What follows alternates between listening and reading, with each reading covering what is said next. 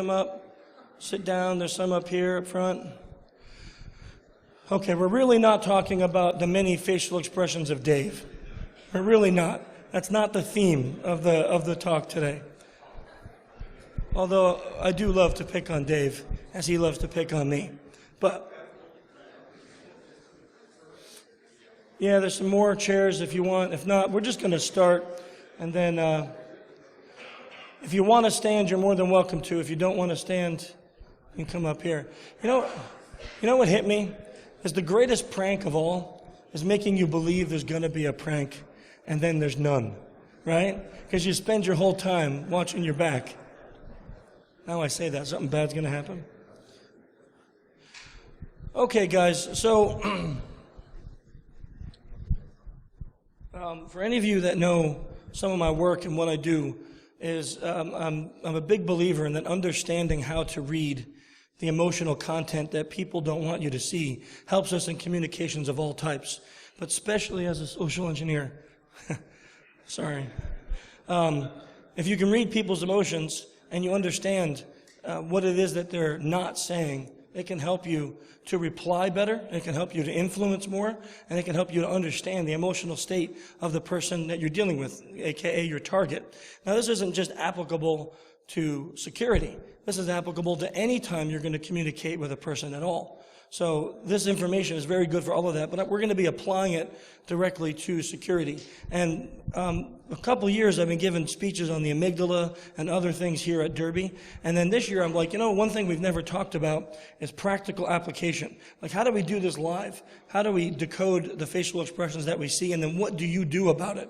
So this is like a real interactive speech. So I'm going to ask you guys for help throughout in talking about different topics here. So the first thing we need to understand, let me just ask you, let's take a poll. Do you think it's important as security experts to understand the emotions that people reveal? Do you think so? Yeah? Okay. So I feel the same way, right, as I was just saying. And that is what led me to work with people like Dr. Ekman and trying to use his tools in this industry and trying to help people understand why this is so important. Just like all of us here, I spend way too much time behind a computer screen not interacting with humans. I've been trained to speak in 140 characters or less, and that does not help us be good communicators. That actually reverses that whole thing. I don't know, how many of you have young children still in school here? Okay, I do too. I don't know if this is just my daughter's school, or tell me if this is, they stopped teaching cursive handwriting in school. I couldn't believe it. I couldn't believe it. My daughter came home and said, no more cursive handwriting. I said, guess what? I don't care. You're learning at home. You're going to learn it. Because I'm not going to hire somebody in my company who can't write. You write like a dead chicken. Someone stuck a pencil up a chicken's butt and it ran across paper. That's what your handwriting looks like. I can't have you write reports. I can't send something to a client that's handwritten if no one can understand it. It's just hard to think about that we can't do that. And along with those kinds of things, we stop because of technology. And I'm not anti-technology, obviously, but because of technology, we stop teaching kids that interaction piece that's so important. How to interact with other people, see their emotions, and react appropriately. So this is a really important piece. So the question then plays, since we all agree, right? Most of us here in this room answer and agree that this is important, that what role does emotions play in decoding humans? Well, and this is the fascinating part. And I'm not going to go into great detail about this because I've done it the last couple of years. And if you want, you can, of course, see those speeches. Iron Geek hosts them all on his website, so you can see them there, and they're on YouTube. But the way our brains process emotions through the amygdala is all of our external stimuli, like all of our senses, right? Our sight, our smell, our taste, everything that we have as our external modalities come into our brain through those sensory organs, and they hit the amygdala first. Tiny little walnut-sized piece of gray matter in the middle of the brain. That processes all that stimuli and tells what parts of your body to interact. So, kind of a silly example, you see someone that you find physically attractive. What happens? Well, your heart rate goes up, you may sweat a little bit, right? There may be other physiological changes we won't talk about here because of kids in the room. But these things happen. Well, why does it happen? It's because your brain processed that external stimuli and physiologically changed your body and the response to it. Well, before all of that happens, those physiological changes, you display emotion on your face. Sorry, there's one of the ice guys. You display emotions on your face. And those emotions can tell someone who's interacting with you how you feel and what kind of things that they should be saying or doing to you or with you in order to either feed that emotion or ease that emotion. So understanding this to decode humans is very, very important. So here's some other facts to keep in mind. So all emotions, as I've already said, process through the amygdala. And this is a fascinating piece of it. The processing of the amygdala is 100 to 280 milliseconds faster than our brain. And this is a big thing. Okay, think about this. We're talking about milliseconds, so it's not like long periods of time, but in brain time, that's like hours. Because that means that your amygdala has processed the external stimuli before your visual cortices or your auditory all kick in and say, hey, I need to react this way. And it triggers emotional responses. Example of this, you ever get an email that you totally enraged you? You typed out a really bad response, click send, and 5 minutes later you go, oh no, what did I do? You ever have that experience? That's what happened. You got amygdala hijacked. Okay, and it shuts down our logic centers.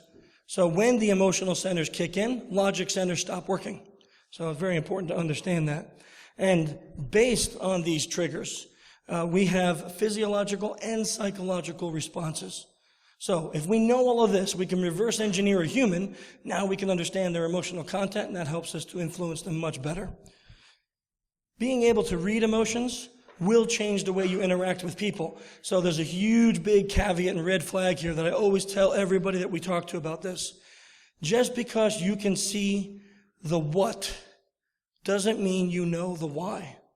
Now, it doesn't make sense to you. Let me explain this. I may look out at the audience. I'm going to use this nice young lady here. She is not looking angry. But let's say she did. I may see anger on her face. There we go. Excellent. Now I see it. Is it? She got pissed because I called her out, right? No. We see the anger, and that would have been a wrong thing to assume. She's angry because she doesn't like me. And you start to assume that the emotion is about me. How do I make a connection between emotion and the reason why? Who can tell me? Excellent. Questions and having a conversation. Then you understand why the emotional content is there. But if you don't do that, you can't assume. I don't know why she's angry. It could be anything. She stubbed her toe. She just got a text message from someone with bad news. She saw someone else in the room she doesn't like. There could be a million reasons of why she's displaying that emotion, and it's not always about me. When you learn how to read people's emotions, the biggest mistake we all make is we think we're like Neo, and we can dodge bullets, and we can read everything, and we can see people, and we know exactly what you're feeling, and I'm a mind reader. Not the case. That means all I have the ability to do at this point is see what emotion you're expressing at this point in time. To make the connection to why, I need to ask you lots of questions. I need to interact with you more. Really important point. Here's some examples. Okay, so first of all, we know this from Dr. Ekman's work. We have 7 base emotions, right? These 7 emotions have multiple different variations of feelings. So when I say emotion and feeling, they're 2 different things. An emotion is actually like a script in our brain that runs based on previous experiences. So an emotion like, if you were raised in a family that wasn't too great and you got treated bad as a kid, right? Let's say your parents always called you stupid. And now you're in a grocery store and you hear in the aisle next to you some mom calling her kid dumb. You're the dumbest person that ever lived, right? How does that make you? What emotion does that raise in you? Well, depending on your previous life experience, a script will run. And maybe it will make you feel very sad. Maybe it will make you feel angry. Maybe you'll feel afraid. All of those are emotions. The resultant after effect of emotion is the feeling. So now what you feel after that could be variations of like being petrified or being enraged. Those things are different varying feelings that result from the emotions. So what we're looking for is to understand the emotion. what it is that you're telling me through your face and your body language that you really aren't telling me. You didn't say it with words. If I can read that, that can really help me to learn how to influence you. Let's look at a few examples. Okay, so first, answer these questions for me. Is surprise positive or negative? Raise your hand if you think it's positive. Raise your hand if you think it's negative. Interesting. And about 200 of you didn't vote and you suck. Okay? So, thank you for not helping. No, so, surprise is, interestingly enough, labeled by Dr. Ekman as a gateway emotion, which means that it's a gateway to other emotions, and it can be positive or negative. Example. I'm sorry? That's why you didn't raise your hand. Okay. If I had stickers, I'd give you all a sticker. That was good. Okay. See that? That's hatred for myself. No. Okay. So, no, I wasn't surprised. No, I'm wrong all the time. So, if I walk into a room and a bunch of you jump out and go, surprise, and it's like an anniversary party or something like that, then it starts with a surprise and I'm happy afterward, right? I'm happy because you surprised me, but it's good. But if I walk in the room and you jump out and you stab me in the liver, I'm surprised, but I'm not really happy about it afterwards, right? I'm like, crap, I can't drink anymore. I have no liver. So, it's like, so surprise is a gateway emotion to other emotions. So it can be positive and negative, as I've been so duly corrected. Thank you. That's not a good surprise. That's a bad surprise, and I will not be your friend like I am with Dave. Oh, no, moonshine is worse than lemon party. Moonshine. What emotion should you display if you see surprise on your target? Do you think? I'm sorry? Smile. Happiness is a good one, because if someone is surprised, we don't want them to gateway to fear or to anger, right? So their surprise may be, and I'll give you a good example of this. I once approached someone. It was not an engagement. It was an older woman in a parking lot. She had dropped something, and I went to approach her and did it the wrong way. She was bending over in her trunk, putting her groceries in, and she's like all 5'0" and like 200 years old. And I was like, ma'am. And I tapped her on the shoulder, and she yelled, I'm being mugged! I'm being mugged! And these 4 guys come over. Now, I live in Pennsylvania right now, and people can hunt, and they kill things for fun. Right? So like people, like they do, like they go out at night, and if you hit a deer with your car, somebody will stop and go, you're going to keep it? I'm like, it just wrecked my freaking car. I don't want to keep it. It's not a pet. And they're like, can I have it? What are you going to do with it? Eat it? I don't care. What's wrong with you? Okay, anyhow. So 4 guys come running over, and I'm standing over this old woman with money, and she's yelling, I'm being mugged. She was surprised, I was surprised, and it all led to fear and anger, and I'm like, don't shank me in the liver. Here, you dropped this, I was just giving it back. Okay, so what would have been great is to approach her differently and show happiness, right? Show happiness, show a real sincere smile, open body language, and this says to her, I'm not a threat. So if you see surprise in your targets, it's good, because especially depending on your size and your vocal structure, it may be good to take a step back and smile. Right? Not retreat, but take a little step back and smile, because you're in their face and you see some surprise. Okay, I already mentioned that. So here's what we're looking for when it comes to surprise. The eyes open wide, the mouth drops but creates a shape of an O. It's different than fear. Fear is eek. Surprise is O. Okay? And there'll be usually an audible gasp if it's big surprise. If not, you may not hear the gasp, but you will see the eyes. Even if the mouth doesn't drop open, you will always see the eyes open wide.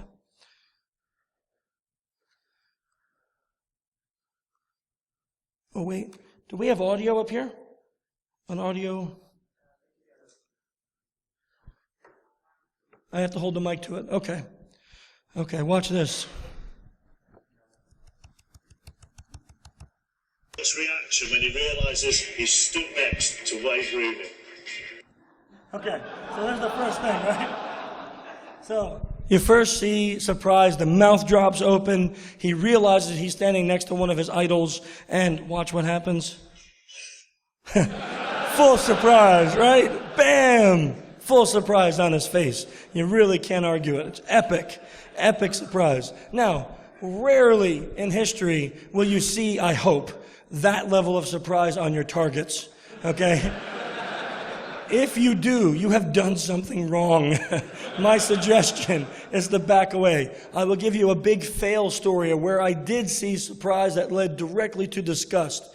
So I'm big into building rapport, and I went into this building that we were trying to gain access to, and I was really nervous. I was kind of new to it at the time, and I knew that building rapport, if you compliment something on their desk or at the front end, the gatekeeper of the company, and she had a picture of her two daughters and her at a beach. Now, one of her daughters, probably preteen in a bikini, and I said, "Oh, she's so beautiful." Yes, that's the face she made, right there. I'm just a person that needs to be in prison. Why am I complimenting her preteen daughter? I don't even know her, right? It was not the appropriate level of response. That kind of surprise is what I saw. And I went, I forgot something in the car. And I just left. Because you're done. What are you going to do, right, at that point? Nothing. So it was over. So when we see this level of surprise, of course, happiness is the great emotion to show in response to that. Epic. Okay. Whoa, don't know what's happening there. I'm glad that was a safe video.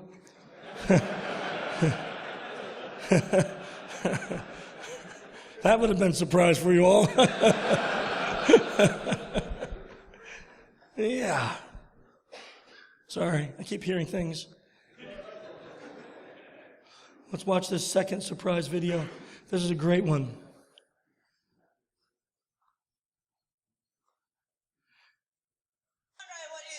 Okay, so this young man just competed against Usain Bolt in a running competition. If you know who Usain Bolt is, he's like one of the fastest guys on the planet, right? And he's being interviewed. And what I want you to watch for, at one point, Mr. Bolt comes up and congratulates him for his amazing... What the... Come on. No, it's going to help me. I have. No.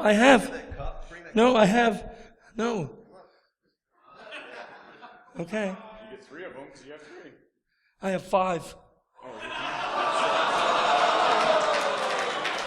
I have 5. There you go. I still got more to go. Here you go. Good luck. Dude, it's boiling. That's what I think. You know why I have no voice? I need a cup. Who has a cup? Oh.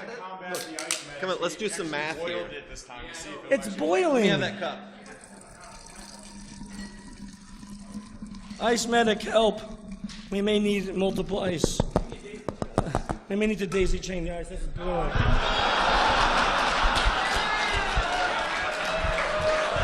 Ice medic! Yeah! Yeah! That melted all the ice. That's how hot it was.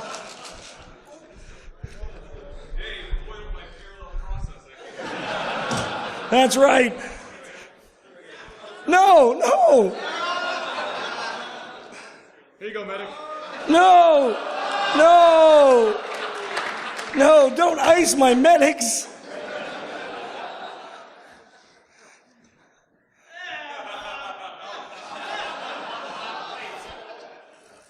Oh, that's a lot of ice. It's still steaming.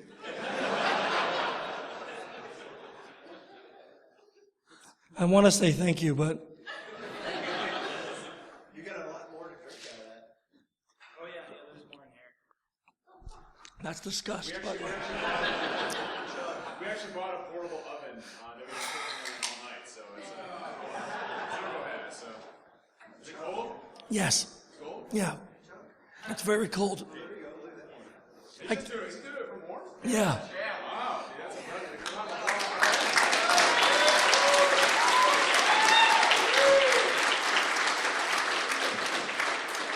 It's so good. Yeah. You're a real man, not like me.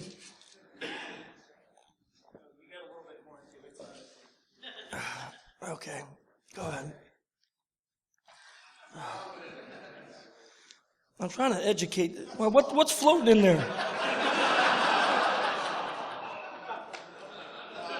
Whatever it is, it's happy. Oh, yeah, I got the lid up here. Oh. Cool, right? It's very cool. Because mine is hot. Yeah, would you like a sip? No. Oh, okay. People, Dave. Oh, he's gone. Oh, that's so cold. I got brain freeze. Wow. Drink it hot. You won't drink it cold. No, I'm drinking it. I just can't chug it like you. I'm trying to, teach things here. I need to be coherent. I will sip this slowly through the rest of the speech. Is that okay? Is everyone? No? You guys are brutal. How many people say I can sip it through the rest of the speech? Okay. We're just going to go with that vote. Okay.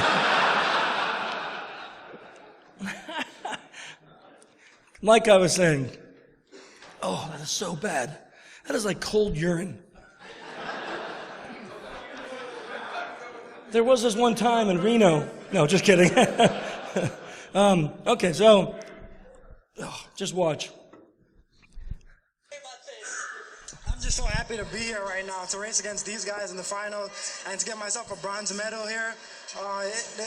Okay, so first of all, what we see on him, which is really cool, is we see a lot of happiness, right? A lot of happiness, good smiles. It's really positive. You can see it's like real, right? So there's no put on here.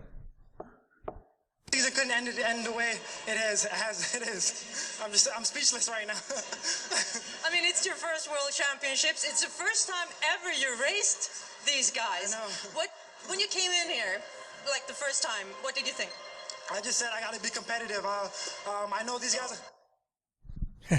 And there it is. It's like, what? Watch. And now watch right after the extreme gateway to emotion, and then he can't even speak, right? Did you even know who he was when the season started? You see? It's like your idol walks up to you and says, whoa, you did good, and you're just like,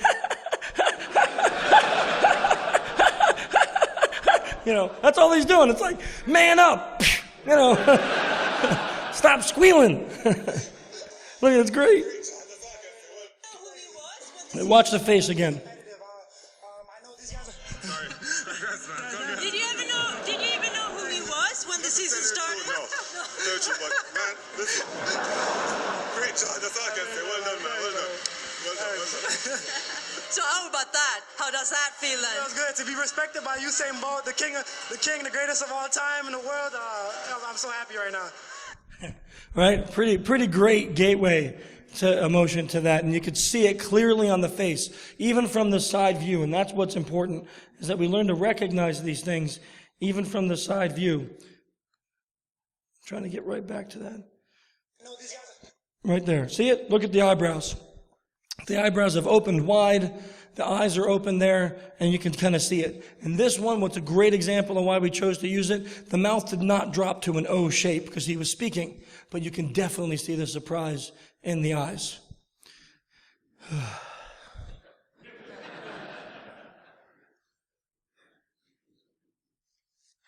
Oh, that is really cold, though. Thank you, guys, who did that. That's really great. Okay.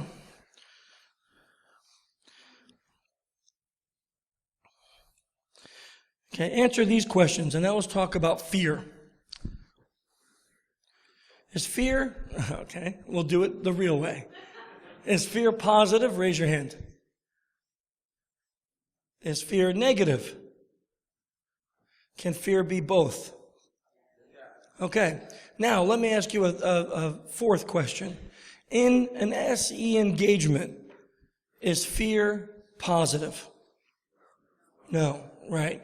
And this is the key. So you are 100% right. You know, you go down that roller coaster, and as you're going up and you hear those clicks, there's fear, right? And as you're going down that first huge hill, there's fear, but it doesn't end in something bad. It's positive because you know you're safe, right? And then you hit that and you get to the end, and what do you want to do?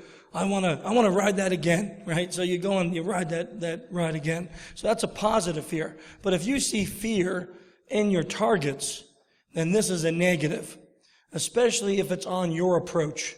So you approach and they show fear. Here's some other questions. What action should you take?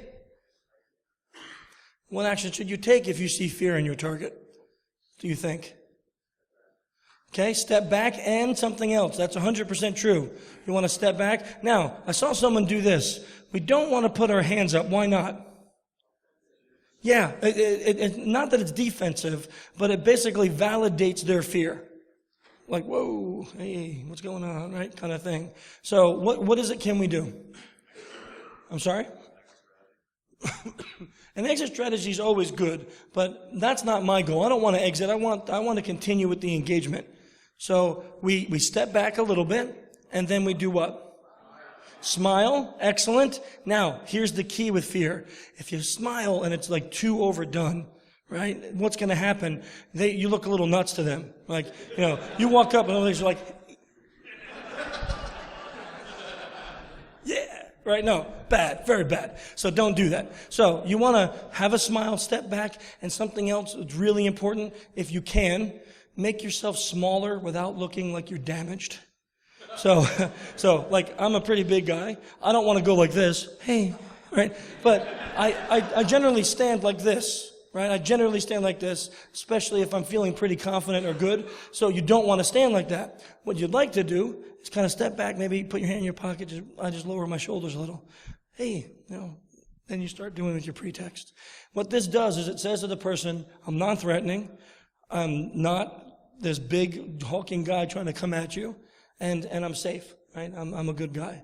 And you do all that, which is literally should take a couple seconds. Sir? Now, would they, like they assume that reaching into your pocket may be a bad thing, but might be pulling something out? That's an excellent point. That's actually a really good question. So depending on the level of fear, and that is a really good point and where you're at. If someone showed real fear and then you reached in your pocket, right? Let's say you get pulled over and you do that, you're probably getting tased, you know? So, or worse. So you don't want that. You definitely don't want that. So that's a really good point, but you want to figure out ways. So as you can tell, not only do I stand big, but I gesture a lot. So for me to control that, I need to get my hands down so I can lower my shoulders. And this creates a smaller version of me that's not so threatening. But you don't want to do this. You don't want to do this because this is something called genital framing. And this is it's a real thing. It's a real thing. I'm not kidding. And this is very territorial. And you're all looking right there right now. Why? Why is everyone doing it? Because this is the way it works. It's genital framing. So guys do it all the time when they're territorial about women. You will never unsee that again. And you will see it now all over the conference. You will see people doing it and you'll be like, I never knew that was what it meant. So don't do that, but you got to find a way to get your hands down. Another way to do it is if you steeple a lot, is to hide your thumbs. That makes you seem less confident. Be careful with low confidence posture though, because it's been proven. And if you want research on this, there's a social psychologist named Amy Cuddy. She did a TED talk about this, about how our body language actually affects our emotional content. So, you know, they say like before you go to give a speech, you should go in the bathroom and stand like this for 2 minutes, right? You know, put your arms up, you know, get some big poses and it makes you feel confident. The reverse is true. If you make yourself seem small, you'll reduce your own confidence. You don't want to do it for too long. So this should be a very quick interaction. Walk in, see fear. You should back up and be like, and continue with your pretext. When the fear evades, you can continue, but a little less aggressive. And I've done this many times. I kind of determined, walk into a building and like walk right up to the gatekeeper and just kind of see her do a little bit of this, right? And she just kind of leans back in her chair and I'm like, I just came in way too fast. So you kind of just step back so you're not in her face and it eases. And also people may not register what you're doing, but it makes them feel good that you weren't in their space anymore. And it builds rapport. When you react appropriately to someone else's emotions without calling it out, right? The worst thing I can do is go, whoa, I just saw you're really afraid of me. I'm sorry. I mean, let me step back. Now it's kind of like pantsing someone, right? You don't want to do it, right? Because it's embarrassing. And when you call someone's emotion out, it's embarrassing. So you shouldn't call it out without permission or without a good enough rapport-based relationship where it's appropriate to call that emotion out. Otherwise, you can really embarrass the person. Okay, but great points here so far. Thank you. So what we're looking for is the eyes open wide, much like surprise. So very much like surprise. The mouth opens, but instead of oh, it's eek. Right? You pull your lips back towards your ear. You will see tension. This is, again, very high level. You're not really looking at someone's lower eyelid, but if you would analyze pictures, you would see tension in the eyelids. The neck and arms get tense, right? When you kind of reel back, that happens. And it's a response for freeze and then fight or flight. And that's not the response we want from our targets. So we don't want fear. Watch this. This is an amazing example of fear that elicits fear in the other person. This is not a done deal. This is so epic. The International Olympic Committee is I'll play it all through, and then I'm going to rewind it and pause so you can see the emotion in real time. also looking at Paris, they're looking at Rome, and they're looking at Hamburg, Germany for 2024. And it's likely one of those international cities might... Hear this? That's epic, isn't it? Right, so she like reels back, and then her fear creates a reaction in him where he's like, watch, it's just so awesome. Likely one of those international cities. First of all, that's the best shot right there. I mean, she's all power posing, and he's like, hey, I'm gonna get, what was that? Yeah. Dang, dude, really?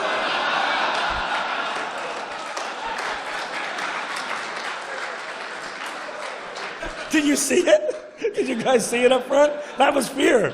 I was like, I actually just did that. I just felt my own face do that. I hope if you got that picture, we should have that at the close. That was awesome.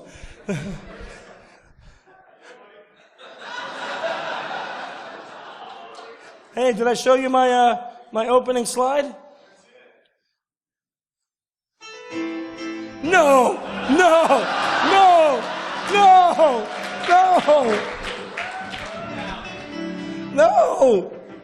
What is this? Where did this come from? What is this? What are you doing to me? Oh, God.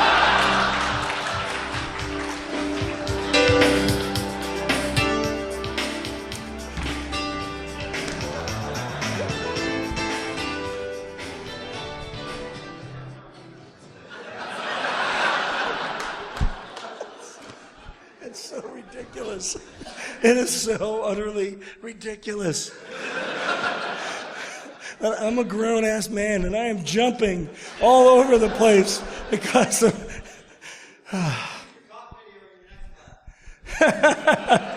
I should use this video. Here's examples of fear for 45 minutes straight.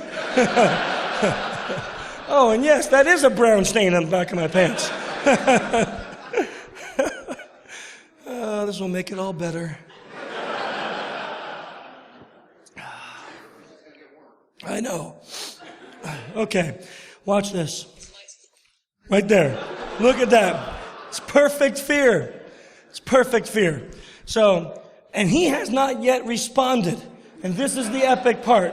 She freaks out. He has not yet responded. So and look at what happens. Everything we said. Mouth pulled back in the eek. Eyes wide open and everything tensed up. She is deciding fight or flight. And what was her choice? Flight. It was flight, right? Because she quickly reeled away. But watch what happens to him as soon as he sees and realizes he's the cause of her fear.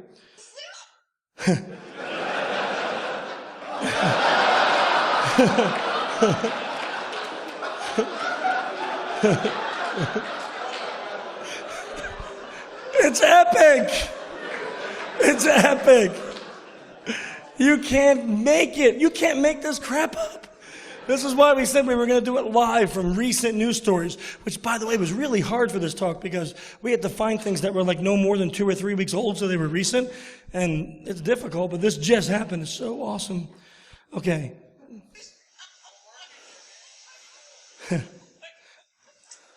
Okay, one more time, because it's just so awesome. Cities might.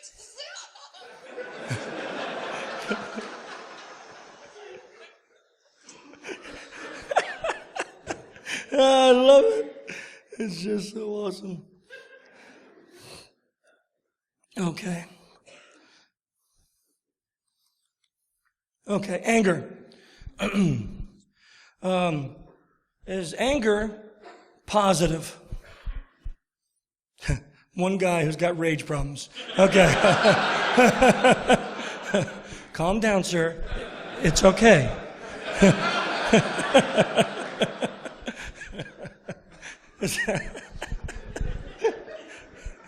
Oh, I love doing this. Is anger negative? Yeah, I'm more inclined with the people who voted. Who thinks anger can be both? I'd be curious after to talk to some of you and think why you think anger is positive at all. I would actually like to understand your viewpoints on that. If you can say it quickly, please.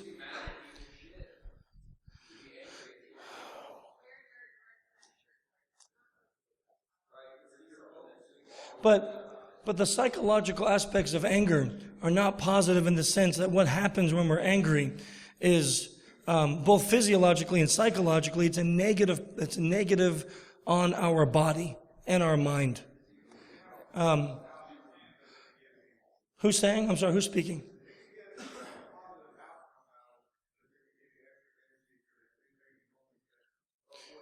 Okay, so I get that part, that it can be motivating, but anger is also one of the emotions that shuts down our logic centers quickly, which means that the decisions we make or the motivations we have during an angry time are generally less intelligent than they would be when logic centers are there.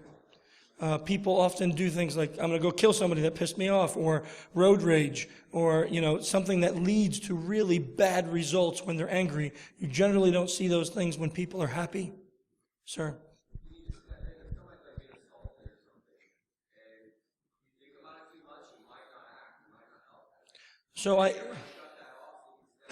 But the baseline emotion would not be anger at that. You would feel probably sadness and empathy, and that would motivate you to jump in, to save a person who's being assaulted. Fascinating discussion. I'd love to continue it, but I agree.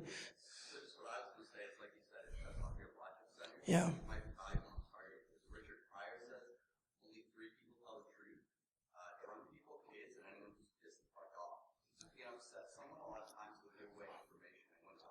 Okay, well, so his point is that if you get someone angry because their logic centers are shut down, you're more likely to get information. Here's a problem with that as a professional social engineer. I want you all and your companies to hire me. And I want you to keep hiring me year after year. And I want to keep doing services with you. If I make you mad, that is less likely to happen, greatly less likely to happen. And I can give you an example of that. And we got some time. I once did a job where we were failing left and right. Again, early on in my career, I made some bad decisions in the SE world. And we were just failing left and right. And I really didn't want to fail. Back then, and you may have heard Jason Street and myself talk about this topic before, where we had to change the mentality of the security people about, it's not about winning for me, it's about winning for the client. And sometimes that means I fail as a security expert. I don't need to have 100%, but I did then. So we set up a scenario where they had an open campus on their lunch, for lunch area outside. And anyone can walk on, but we could not get in the building.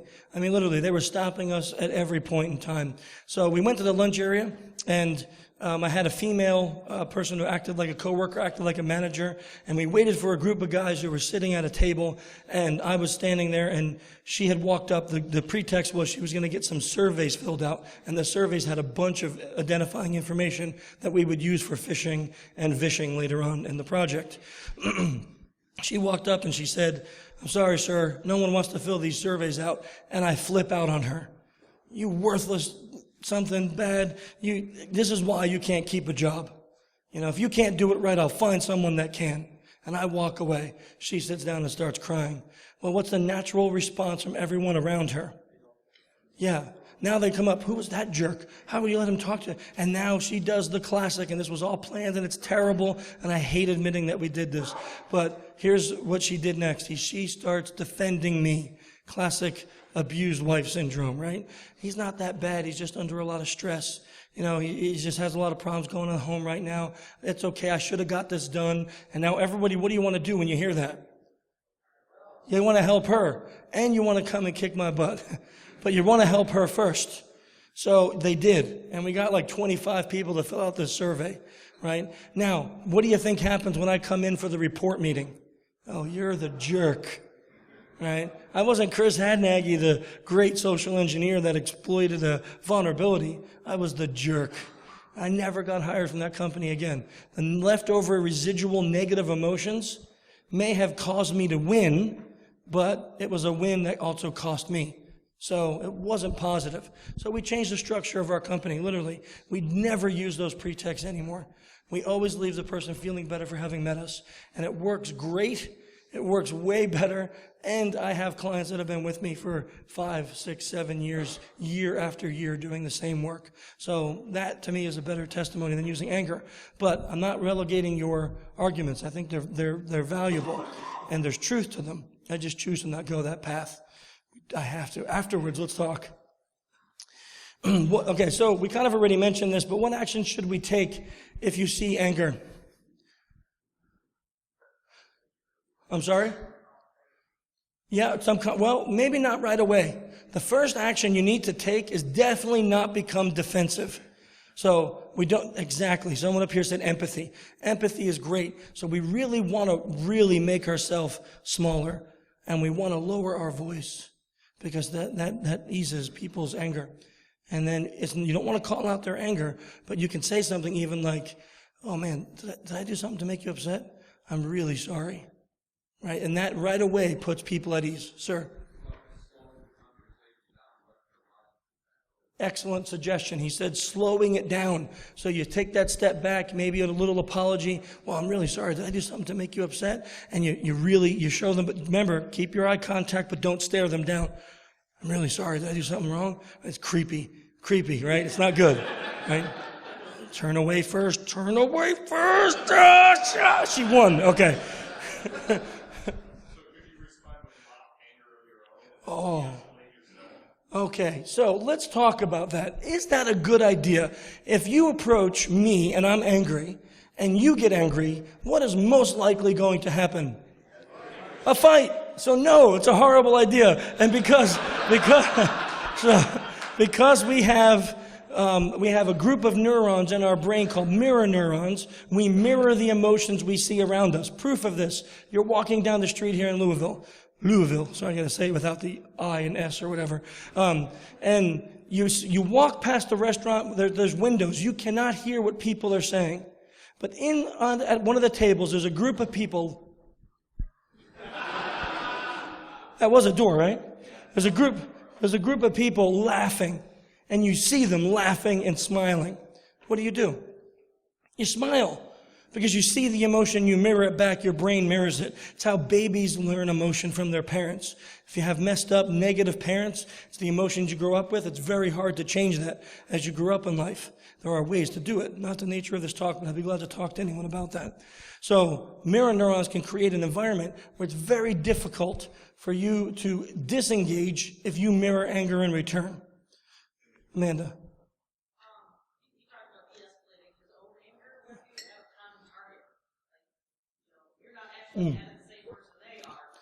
What does group anger create? A mob. It's not healthy. It's really not, right? So group anger is why groups like the KKK, why terrorism from any country works. It's because you get together in your common belief system. Someone was smiling and looking past me, sorry. Your common belief system is hate. And that hate and anger feeds negative emotion. Group mob mentality, not a positive. You definitely don't want it in social engineering engagements. Definitely. Sir. So, what about your eye contact and then you face someone like, open chest? Yeah. Great question. So we asked, what about your body language during that engagement? So there's a couple different things you have to do right away. Eye contact needs to be limited, but you don't, like, think of it when your dog knows you're angry. What does your dog do? Right? And it may even roll over. Don't do that. Don't roll over and don't do that. Okay? I'm not going to scratch your belly, okay? But in essence, you can do that psychologically, right? Turning is a defensive posture. When people fight, they turn. So you don't want to do that, right? And this is one where the gentleman over here mentioned where sticking your hand quickly in your pocket may be seen as a defensive sign. So we just lower ourselves. And voice is a big one. Because when people get angry, they raise their voice. But when you're not angry, you can talk a little, oh man, I'm really sorry. Did I do something to tick you off? If I did, I'm really, really sorry. And it can be something that quick. Now, the level of anger can determine if you need to apologize or not. If it's really low anger, like I once walked in an office and I didn't see, it was like this can, and I kicked it and it made a loud noise, and the one person turned and looked really angry, I don't need to go up and go, oh, I'm really sorry about that. What? It's Dave. Oh, okay. So anyhow, fear. Anger. So here's the things we're looking for. So the jaw gets tight, the chin gets lowered, and this is physiological response. Why? Because anger protects your vital parts. So you lower your chin, everything gets tight. Okay, it can be your fist, your eyes open wide, but you furrow your brow, which creates a glare. You're doing it wonderfully. You're right there. Don't do it. It makes me feel bad, okay? So, you open your eyes wide and you furrow your brow so you get this anger. Everything gets tight. If you do it now, you'll get angry. This happens. Remember what I said about your body language? Recent scientific studies have proven that the reverse is true with our facial expressions. Making the facial expression will create the emotion. So it's a powerful thing. So if you practice this, always leave yourself with a positive emotion at the end. Okay, watch this video. This is a fascinating, fascinating video. Really amazing.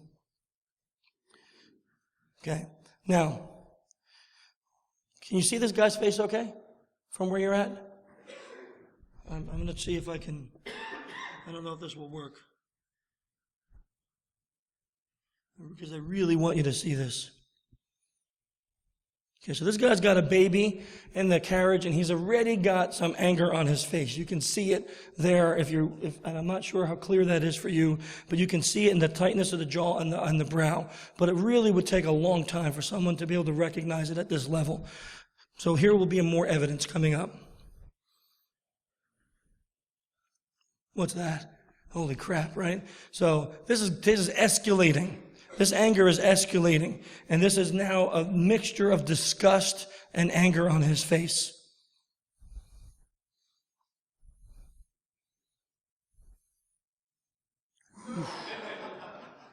He is really pissed, and that's why what happens next is what happens.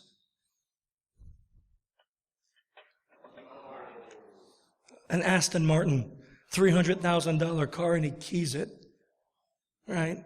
And why does he do that? Well, in this particular neighborhood, people are known for hating people who have money. So he's going to punish this guy. So this guy intelligently puts a camera in his car with a motion sensor. Anytime someone gets near, it starts filming. This guy got arrested and fined. He's got to pay for the damage. Really ridiculous what he did, but amazing. Where's the... let's go some. Sorry.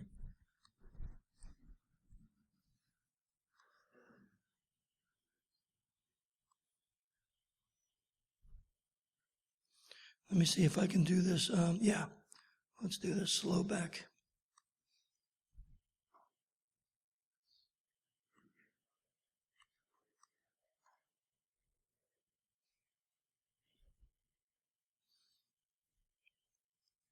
Amazing, huh? How much you see it on people's face. So, again, think about this scenario. You see that guy and you take your idea and you approach him with anger. He has already made a decision in his mind to do something bad. Now you approach him with anger, that bad thing's going to happen to you. And it probably won't be a king, right? So really cautious with mirroring anger during engagements.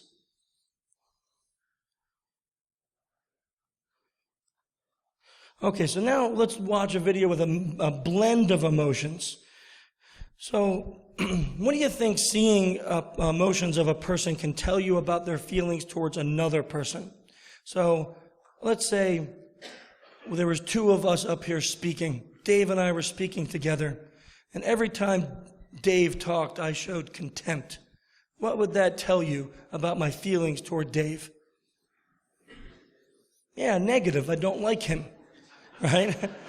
Now that's not the truth. I really do like Dave. But if I were to show that, you would be able to say, wow, man, every time Dave talks, he's like showing contempt. And that would be like giving me the questions, because it would be evident that every time I was interacting with him, I would see that. So watching sometimes the people who are not speaking can tell us about their emotions towards the speaker. Really positive. But what should we never assume at first until we get more clarification? The why. Okay, so never assume the why, like the contempt I have, if you saw it, for Dave was because I hate him and I want him dead. That would be horrible to assume that, when the reality may be, I'm just sick of drinking Smirnoff Ice. So now I'm like Pavlov's dog, and when I see Smirnoff's Ice, I think of Dave, and it really is a bad thing. I see Smirnoff and I get angry.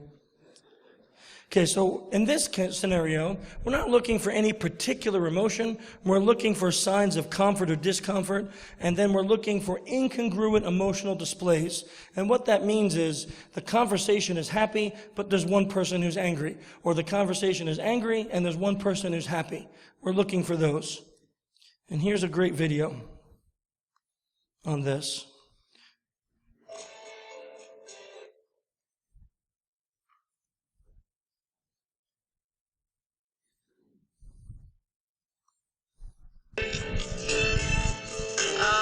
I would say that. Oh, I have the playback really slow. I was like, whoa, that didn't sound like that before. Where's my...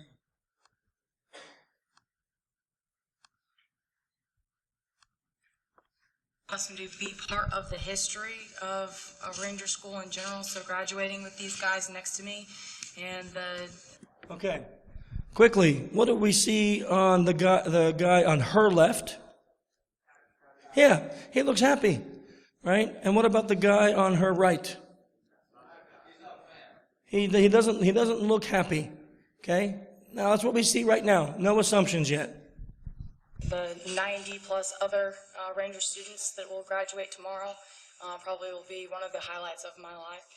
To the other females who plan on coming, I hope that they come with a strong mind. That's what it takes to get through here, just like everyone sitting next to me here had to do to make it to tomorrow. I just came here to try to be a better... Here's a good question. Do you see emotion on either of the guys next to her? How many people say yes? How many people say no? I don't see any emotion. I don't. I see no telling emotion. You may confuse this with anger, but there's no tightness in the jaw. There's no brow furrowing, sorry. Wick? The moment she started speaking, the guy on her left just took a big, huge sigh, like, oh boy, here we go. Yeah, he may, but there's no facial expression of emotion at this point. leader and improve myself, and I feel like I did that.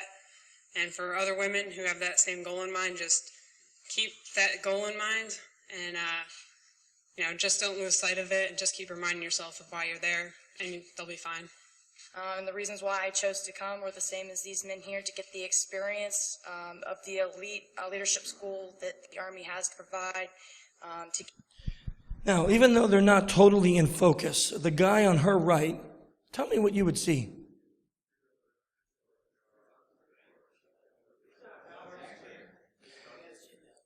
He's got his chin down. Doesn't mean anger. You know what I see here? I see sadness. That's what I see. In his eyes, because his brow isn't furrowed, there's no tightness in his jaw, and his body language is slumped. So that's what I see. Give me the opportunity to lead my soldiers the best that I can. Seriously considering quitting throughout the course. I think I would be crazy to say if I didn't. The men can back me up on this. There's definitely a point. Okay, so now you see a conversational signal. When she talked about that, the guy to her left started to agree with her, right? Yeah. The guy to her right made absolutely no indications whatsoever. Nothing whatsoever. You hit along the way. It doesn't matter where it is. It's all different for everybody else. But you got to give me more time. Dave came in here and molested me 30 times. I thought I had 10 more minutes. Too bad. This is anger and disgust. Screw you. Ability to look around to my peers and see that they were sucking just as bad as I was kept me going. And I'm pretty sure that they could probably say the same thing. So I was... Okay, now we're going to find out what that emotion was about. I was pretty skeptical. I went to school with Shay, and I knew she was a physical stud. What's the first thing he said? I was pretty skeptical. So this is what we're seeing. He was skeptical, but why the sadness? Why the non-congruent emotion? Let's find out. But I was skeptical of whether or not she could handle it, because I was fortunate enough. This was my third time at Ranger School. Oh. This is his third time in Ranger School. She passed first time. That's pretty telling. Could it be some jealousy? Maybe some shame? Feeling bad about himself? None of these are negative. He may just feel bad. Maybe. Well, listen to his story and what happens. And this will be very telling also. I've been med job twice before, so I saw what Ranger School was like before entering this class. And I was skeptical if they could handle it physically. Then we got to mountains, and there was one night we were doing a long walk.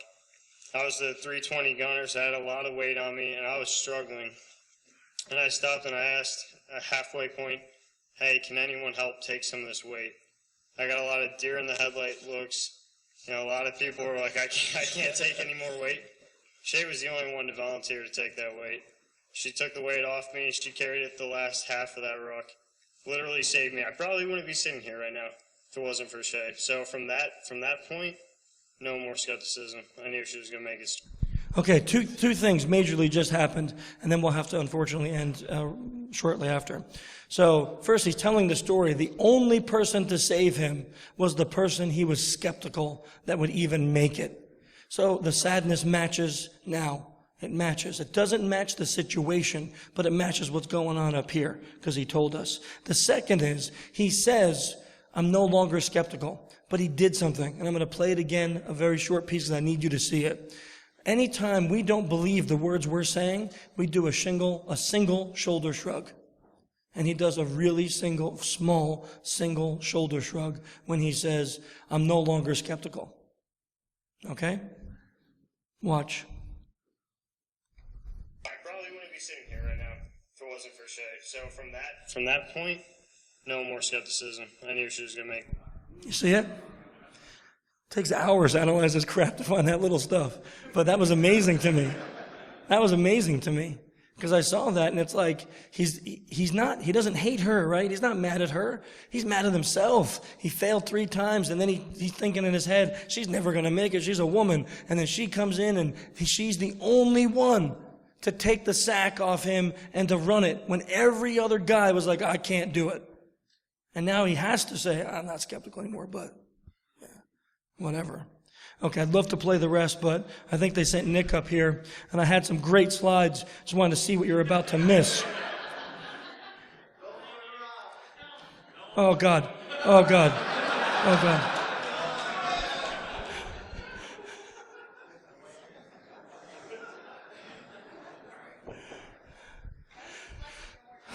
That was his blessing for more time. How many of you would like to rebel against Derbycon and let me go more? Oh, I can't. Huh?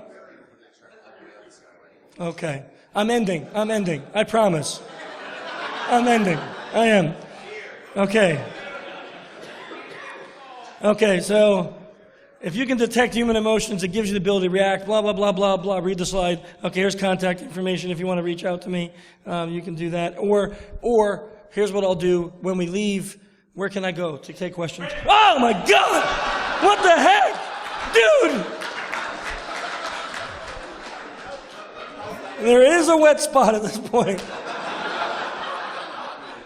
Okay, we're going to have LobbyCon. If anybody wants to ask any questions, we can spend like 10 or 15 minutes and I'll answer them down in the lobby. Okay, thanks guys.